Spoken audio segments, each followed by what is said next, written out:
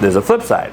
I don't believe great players are good coaches. I have yet to see a great football player win either. Mike Singletary, absolute destroyed the 49ers, was fucking horrific head coach. Because you know why? He couldn't get through to his backers on how to be like he was. When you're that special. When you're that good. You just do That's why I give Deion a lot of credit. And early on when Deion was coaching his kid in Dallas and I knew firsthand on some things, he was horrible. Yeah. And I'm like, dog, because there's no Deons out here. There's not another Deion. And you don't understand how to, okay, look, I got to coach this dude's finite detail on fucking hip turn and run and cut him off and high pointing and read his eyes. And you don't teach that. You just expect it. Well, Mike Singletary expected it. Why did him and Vernon Davis get into a fight on the sideline? He wanted guys to do what he did. You can't do what he did.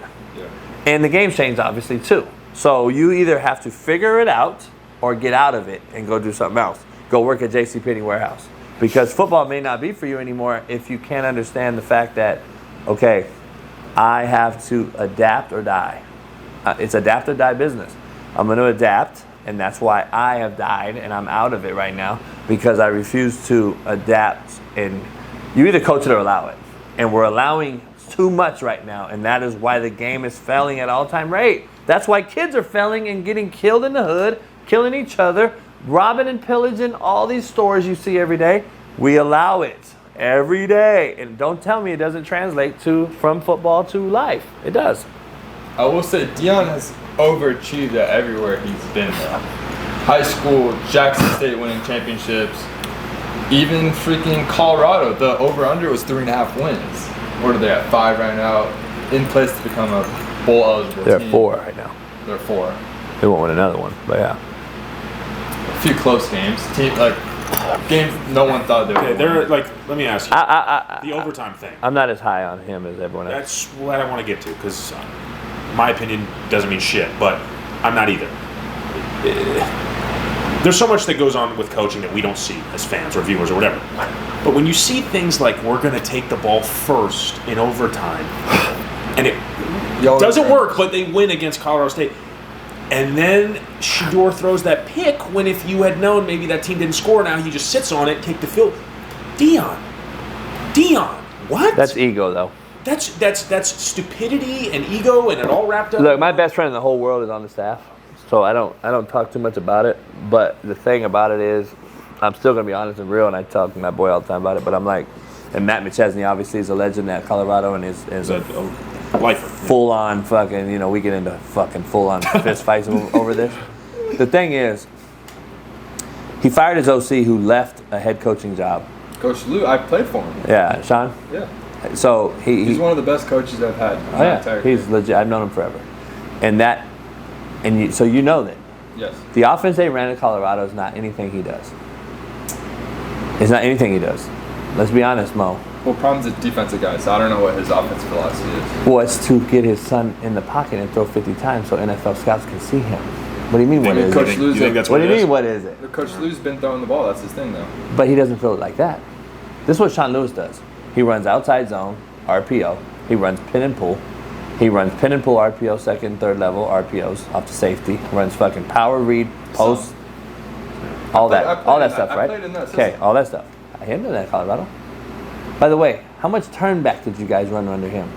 Because I have his whole playbook. Me and him have clinicked a ton. He sprints out a shitload. He runs a lot of turn back. They haven't run sprint out or turn back at all year long. And his son's in the pocket throwing the ball 50 times, getting shellacked. It's the Bryles-Baylor system. It is. So why did he pull him from the play calling duties?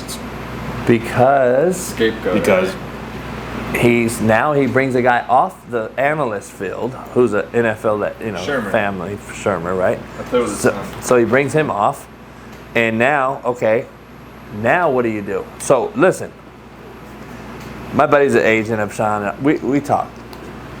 I had told you he should have left. I would have left that day, because you either admitting now that you got demoted because you were bad, so the rest of the world that's going to hire you is saying, oh, you admitted you're bad and you got demoted, or you get out and everyone says, all right, we know Deion's fucking crazy and he demoted me, I need to go. That's a good point. So that's the fucking thing Sean's dealing with. But Sean's going to take the high road because of who he is, and he's going to be like, all right, I'm going to stick this thing out. But is it going to bite him? I don't know. I hope it doesn't, because he didn't get fired. He left the job to take a Power 5 OC job, which hopefully got him another job. Now it might cost him any other job.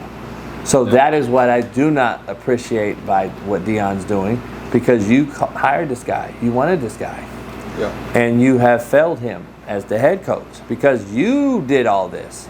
You did all this. When he becomes a good coach, he will be known as Coach Sanders, not Prime. Until he does Coach Prime and gets rid of this Coach Prime shit, he'll never be considered serious in this profession, in my opinion. I've never heard anything about Colorado Buffaloes. I've heard everything about Coach Prime. Glasses, watches, my son.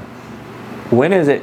You're going to be a Colorado Buff, son. Let's go. I'm in your home. You're going to be a Colorado Buffalo. No, you're going to be a Prime brand. At the end of the day, it should always be about the team. But is that what kids care about right now? And then we're going full circle again, right? Let me give you a little insight. Let me give you a little insight, though. Do you know that when he took the Jackson State job, half those guys didn't even know who he was? Didn't know who Deion Sanders was? No, they don't know who Deion Sanders was. No, they don't. No, they don't. He was doing Barstool They don't. Sports, I'm NFL telling you, bro. Really? No. How many kids you know right now, if you recruited them, know who Bo Jackson is? Almost everybody. No, they don't. They don't. My kids at Indy didn't know who Eric Dickerson was. What? Dog. Yes. Bo Jackson is a bigger name than Eric Dickerson. How do I you don't not know Eric Dickerson? Eric Dickerson, to me, is the best running back ever. I'm just telling you, these kids don't know anymore. You're in a world. Well, Prime's been in media, so that's... Yeah, but you're in a world of this. Kids are on this doing what? They're not watching fucking old football film of Barry Sanders. They're watching video games, watching guys get smoked, fights on fucking whatever you guys do. Hey, boy, give me that off the shelf. This trendy bullshit social media grab, likes and tweets. That's what they're watching. They're not watching, they're watching the guy wrap his face in plastic and put a Coke in there and fucking almost die. They're not watching Barry Sanders film. Another reason why football is at an all-time low, because we're not watching fucking our predecessor. We're not watching the legends of the game. We're not watching and appreciating who became before us. Or you wouldn't even have the same thinking process that you see right now with these kids. They don't give a fuck about the argument we had the other day on the show. They don't give a fuck about the school. They don't give a fuck about the past, the history. None of that shit. They care about a bag. They care about playing and being the guy, because the peer pressure is so immense on social media. I got to be the guy. They don't care about any of that. Nick Saban redshirted everybody. Yeah. Every Thursday I have the legendary Trent Richardson on my show. It's T-Rich Thursday tomorrow. That's all you talk about. Like, dog, I fucking redshirted. He was a dog in college. But I'm just saying, he talks about it all the time. He's like, dog, JB, you're right on all this shit. Urlacher. Everything, they go after him on social media because he defends me. Urlacher, Hall of Famer. But he don't know. The guy on Twitter knows more than fucking Brian Urlacher. Yeah. So that's what tells you how bad we are. When they know more than Eric Weddle and fucking Brian Urlacher on Twitter because their fantasy guy didn't perform up to fucking standards, we got a problem, bro. That's where we are in life. That's truly where we are. Yeah. I'm telling you right now, you know how we fix the world? Eliminate social media for 1 year. No social media for 1 whole year. I bet you the world starts. 1 year ban. 1 year ban on all social media. Woo. I bet you motherfuckers would have to go get jobs. Motherfuckers would have to open doors. Hey, now guess what? You might have to say thank you and please. You might have to open a door for old lady. You might have to fucking actually go get your groceries and they won't deliver them from fucking Uber Eats. Maybe we won't have 700-pound motherfuckers anymore walking around because we refuse to go out and shop.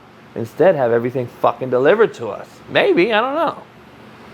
Maybe we'll have fucking good communication again. Maybe we'll fucking actually know how to fuck abroad in human life and get a phone number from her at the club instead of fucking swipe Tinder, right. Yeah, Tinder. Or whatever the fuck you guys do. Damn.